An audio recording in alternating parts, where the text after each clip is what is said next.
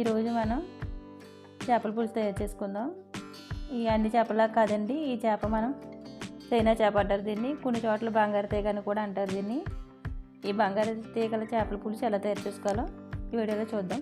ఇప్పుడు స్టవ్ వెలిగించుకుని ఒక మట్టి పాత్ర పెట్టుకుని ఆయిల్ వేసుకోవాలి. ఆయిల్ వేడిన తర్వాత సన్నగా కట్ చేసుకున్న పచ్చిమిర్చి వేసుకుని వేపుకోవాలి. తర్వాత మన ఉల్లిపాయ పేస్ట్ కూడా వేసుకుని పచ్చివాసన పోయేంత వరకు వేపుకోవాలి. దాంట్లోనే అల్లం వెల్లుల్లి పేస్ట్ కూడా వేసుకుని అది కూడా బాగా వేపుకోవాలి. ఇప్పుడు మనకి ఉల్లిపాయ బాగా వేగిన తర్వాత దీంట్లోనే చేప ముక్కలు కూడా వేసేసుకుందాం.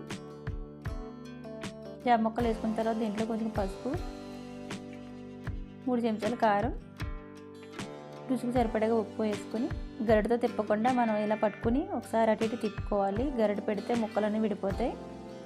అలా మనం గరిట పెట్టకుండా కలుపుకోవాలి. ఇలా కలుపుకున్న తర్వాత మళ్ళీ స్టవ్ మీద పెట్టేసుకుని ఇందులో మనం ముందుగా తీసుకుని పక్కన పెట్టుకున్న చింతపండు రసాన్ని వేసుకోవాలి.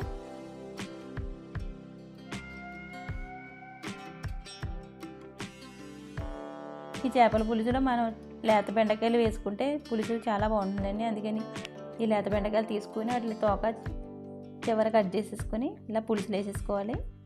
ఇవి వేసుకున్న తర్వాత ఒక 15 నిమిషాలు మనకి మూత పెట్టేసుకోవాలి.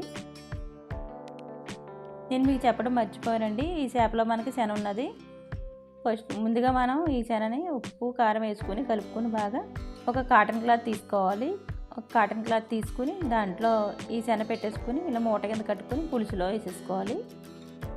ఇలా వేసుకోవడం వల్ల మనకి ఈ శన కూర అంతా కూడా విడిపోకుండా గట్టిపడి బాగా ఉడుకుతుంది. ఇప్పుడు ఈ శన వేసుకున్న తర్వాత మూత పెట్టుకుని కూరని బాగా ఉడికించుకోవాలి.